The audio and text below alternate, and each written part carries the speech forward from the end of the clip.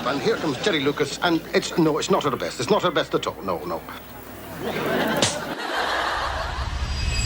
The show gets canceled. The Benny Hill Show faced mounting criticisms and controversies, particularly regarding its portrayal of women. Ain't it the truth?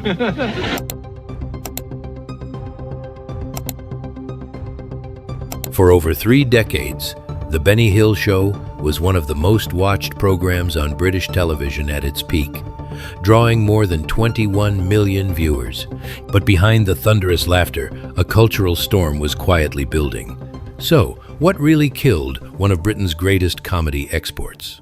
The show first aired in January 1955, introducing audiences to a completely brand new style of British humor. Benny Hill, born Alfred Hawthorne Hill, had worked as a humble milkman, a bridge operator, and a drummer before finally finding his true calling in showbiz. His sharp blend of fast-paced slapstick, mime, parody, and musical comedy set him apart from anything else on television. When the show moved to Thames Television in 1969, it exploded in popularity worldwide, eventually broadcasting across 97 countries. He became a global phenomenon, bringing smiles to millions of households during an era that desperately needed a good laugh. But the very formula that made the show iconic would eventually become its greatest liability. The program's recurring sketches featured beautiful women in revealing outfits being chased by older male characters, most famously set to the frantic theme song, Yakety Sax. While Benny Hill consistently argued that the men were always the actual fools in these scenes, critics saw something far more troubling.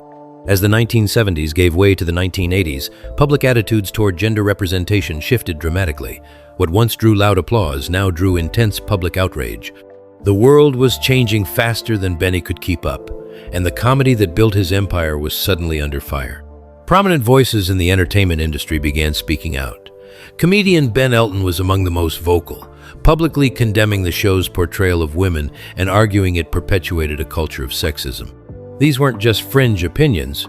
They reflected a sweeping cultural movement demanding a new kind of media.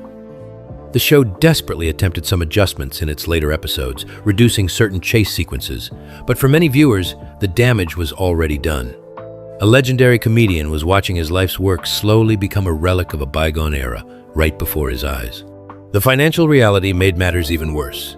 Production costs were rising sharply, while ratings continued to fall, making it difficult for the network to justify the massive budget. In May 1989, Benny Hill was called into a sudden meeting with network executives. Hill reportedly walked in, expecting to discuss a brand new series. Instead, he was bluntly told his services were no longer required. The show was canceled immediately, with no farewell episode, no emotional send-off, and no final bow. After 34 years of making the world laugh, he was sent packing with nothing but silence and a closed door. For nearly 2 decades, the show vanished entirely from British national television, a total blackout that spoke volumes about how completely the cultural tides had turned. It only resurfaced years later on specialist cable channels, finding a nostalgic new audience while the old controversy remained very much alive. The Benny Hill Show remains a fascinating and complicated chapter in television history. It's a powerful reminder that comedy never exists in a vacuum, and that what makes the world laugh can change in a heartbeat. If this trip down television history touched your heart today, please share it with someone who remembers those classic days.